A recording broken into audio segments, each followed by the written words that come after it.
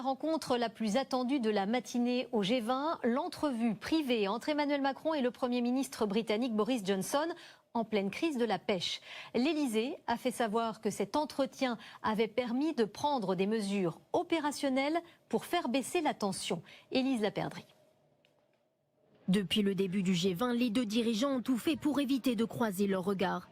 Ce matin, Emmanuel Macron et Boris Johnson se sont retrouvés pour un entretien en tête-à-tête.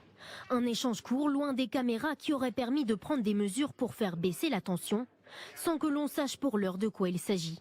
Cette semaine, le ton est monté entre les deux hommes sur la question de la pêche.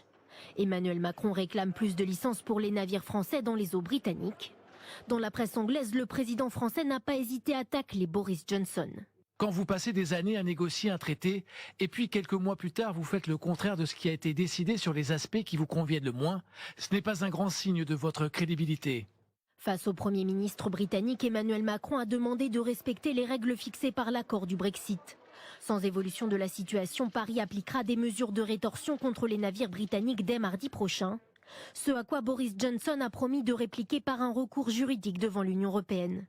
Boris Johnson essaye d'utiliser toutes les ficelles d'un accord qu'il a d'ailleurs lui-même du mal à respecter. Donc il dit les Français vont utiliser des mesures qui ne sont pas prévues dans l'accord et donc il va activer des mécanismes de résolution des conflits.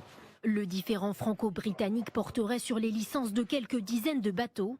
Mais pour certains spécialistes, l'escalade des tensions diplomatiques serait surtout liée à la politique intérieure britannique. Il y a eu des promesses exagérées de la part de Boris Johnson qui a fait miroiter aux pêcheurs donc un paradis post-Brexit et maintenant eh bien, il ne peut pas tenir ses promesses et donc il y a cette tension, mais c'est avant tout un problème de politique et de gestion électorale en Grande-Bretagne. Emmanuel Macron et Boris Johnson se seraient engagés à travailler ensemble dans les prochains jours.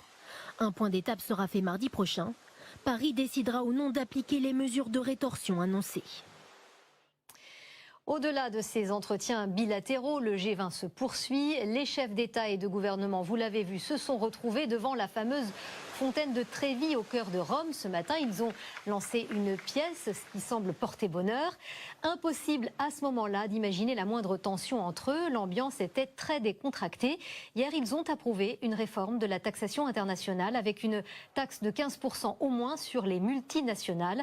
Et aujourd'hui, il devrait être question du climat avant la COP26.